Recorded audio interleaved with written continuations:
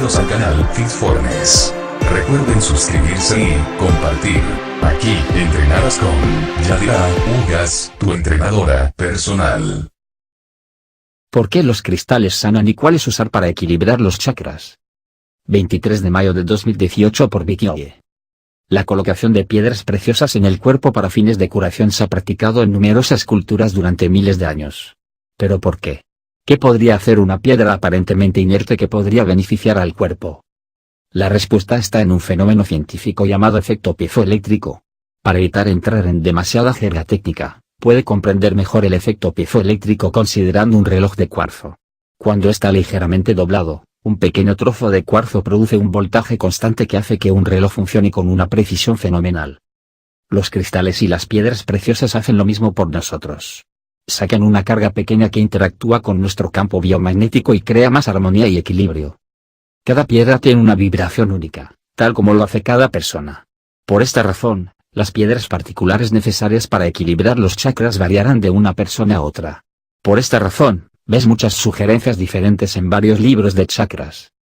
La mejor manera de determinar si una piedra preciosa en particular es buena para usted o para un chakra específico es probarla colocándola en su cuerpo y controlando con la respuesta sutil, o, a veces, no tan sutil, de su cuerpo. Incluso puede desear que un amigo coloque diferentes piedras en su cuerpo mientras sus ojos están cerrados, y determine cuáles sienten mejor en cada chakra. Siempre confía en la respuesta de su cuerpo. Si una piedra se siente mal en el cuerpo, retírela, a menos que reconozca esa sensación mala como un claro, y sienta un deseo instintivo de quedarse con la piedra. Una regla muy simple, pero generalmente buena para el equilibrio de los chakras, es que si una piedra es del color del chakra, es bueno para impulsar y equilibrar ese chakra. Por lo tanto, las primeras piedras de chakra tienden a ser de tono rojo, las piedras de segundo chakra de tono naranja, y así sucesivamente. Ciertas piedras, como el cuarzo, vienen en muchos tonos diferentes y se pueden usar para todos los chakras dependiendo de su sombra. Al elegir qué gemas se usarán para cada chakra, se deben considerar los colores secundarios. Dos comunes son, negro para el chakra raíz y rosa para el chakra del corazón. Esto no significa que cada piedra que cure un chakra en particular será el color primario o secundario de ese chakra. Hay excepciones. Aún así, existe tanta correspondencia entre el color de las piedras preciosas y los chakras que equilibran, que es una gran regla empírica, especialmente para cualquier persona que no sepa mucho sobre las rocas.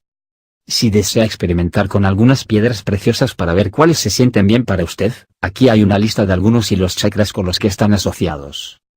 Primer chakra, Muladhara, raíz. Granate. Rubí. Hematites. Jaspe rojo. Onix negro o rojo. Sanguinaria. Dravite. Obsidiana. Pirita. Cuarzo ahumado. Segundo chakra, Svadhisthana, sacral. Cornalina. Ámbar. Piedra de la luna. Tigeriron, también 1 St. Vocalite. Calcedonia. Sunstone, también tercero. Tercer chakra, Manipura, plexo solar. Topacio. Ojo de tigre. Citrino. Esonita. Cincite. Ametrine, también 6 y 7. Eolandita. Cuarto chakra, Anahata, corazón. Jade. Esmeralda. Cuarzo rosa. Venturina. Malaquita. Kunfite. Molnavita. Unakite. Quinto chakra, Visuddha, garganta. Soladita. Ágata azul. Turquesa. Topacio azul. Celestita. Risocoya. Larimar. Yamite. Amazonita. Sexto chakra, Ajna, ceja, tercer ojo. Zafiro. Azurita. Lapislázuli. Charoite. Labradorita. Séptimo chakra, Sasrara, corona. Amatista, también sexto. Cuarzo claro. Damburita. Iolite. Ópalo. Diamante.